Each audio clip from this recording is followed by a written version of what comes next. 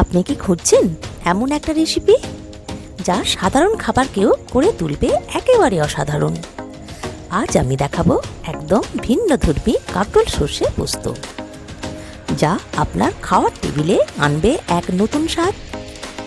এটা একবার খেলে বারবার বানাতে ইচ্ছা করবে। তা চলুন শুরু করা যাক এই স্বাদময় অভিযানের। বাই দ্য ওয়ে, আমি সোনালি, আপনারা দেখছেন ওয়েলকাম ফুডি। খাওয়া দাওয়া হোক মজাদার আর রান্না হোক সহজ। প্রথমে আমি নিচ্ছি 7টা টাটকা কাঁকরোল, যা এই রেসিপির আসল হিরো। কাঁকরোলের উপকারিতা জানেন? এগুলো আপনার শরীরকে রাখবে সুস্থ আর মনকে রাখবে খুশি। এবার কাঁকরোলগুলোকে সুন্দর চাকা চাকা করে কেটে নিয়েছি। কাটা কাঁকরোলে স্বাদমতো লবণ ও অল্প হলুদ মাখিয়ে নিচ্ছি।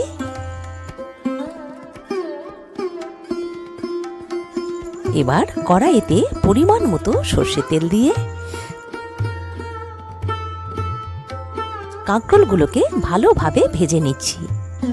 দেখুন কি সুন্দর সোনালি রং ধরেছে। ভাজা কাঁকরোল কিন্তু আপনার রেসিপির স্বাদকে কয়েক গুণ বাড়িয়ে দেবে। এবার কাঁকরোলগুলোকে একটা পাত্রে তুলে রাখলাম। এখন আসল মশলার পালা। অবশিষ্ট তেলে এবার আমি মশলা যোগ করছি। 1/2 টিস্পুন কালো জিরে, একটা শুকনো লঙ্কা, 1/2 টিস্পুন হলুদ গুঁড়ো, 1/2 টিস্পুন কাশ্মীরি লঙ্কা গুঁড়ো, একটা টমেটো পেস্ট এবং সামান্য চিনি দিয়ে মশলাগুলো একটু একটু করে কষিয়ে নিচ্ছি। এই পর্যায়ে দেব 1 ইঞ্চি আদা ও 4 থেকে 5টা কাঁচা লঙ্কার পেস্ট। আরও কিছুক্ষণ নাড়াচাড়া করে নেব, যাতে মশলার সমস্ত সুগন্ধ কাঁকরোলের মধ্যে ঢুকে যায়।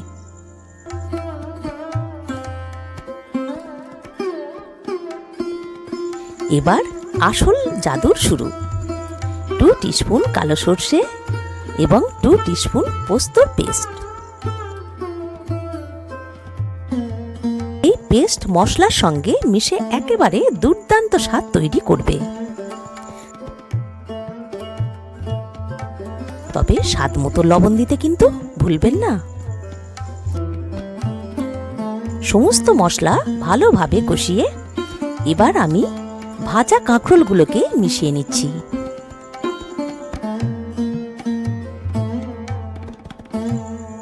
দেখুন কিভাবে মশলার রং কাঁকরোলের ওপর ছড়িয়ে পড়েছে। এখন পরিমাণ মতো মশলা ধোয়া জল দিয়ে কিছুক্ষণের জন্য ঢাকা দিচ্ছি।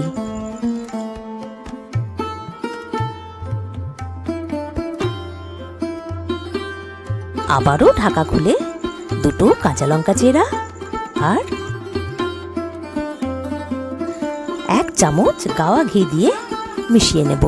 এই ছোট্ট টুইস্ট কিন্তু আপনার কাঁকরোল সর্ষে পোস্তর স্বাদে এনে দেবে এক অপূর্ব পরিণতি। এটা দেখতে তো এতটাই লোভনীয়, খেতেও হবে ঠিক ততটাই। আপনার প্রিয়জনদের সাথে ভাগ করে নিন এই অসাধারণ রেসিপি। তৈরি হয়ে গেল দুর্দান্ত স্বাদের কাঁকরোল সর্ষে পোস্ত। ভিডিওটি যদি ভালো লাগে তাহলে ভিডিওটিতে লাইক, কমেন্ট, শেয়ার করবেন। ওয়েলকাম ফুডি চ্যানেলটিকে সাবস্ক্রাইব করে পাশে থাকা বেল আইকনটি প্রেস করে দেবেন। ধন্যবাদ।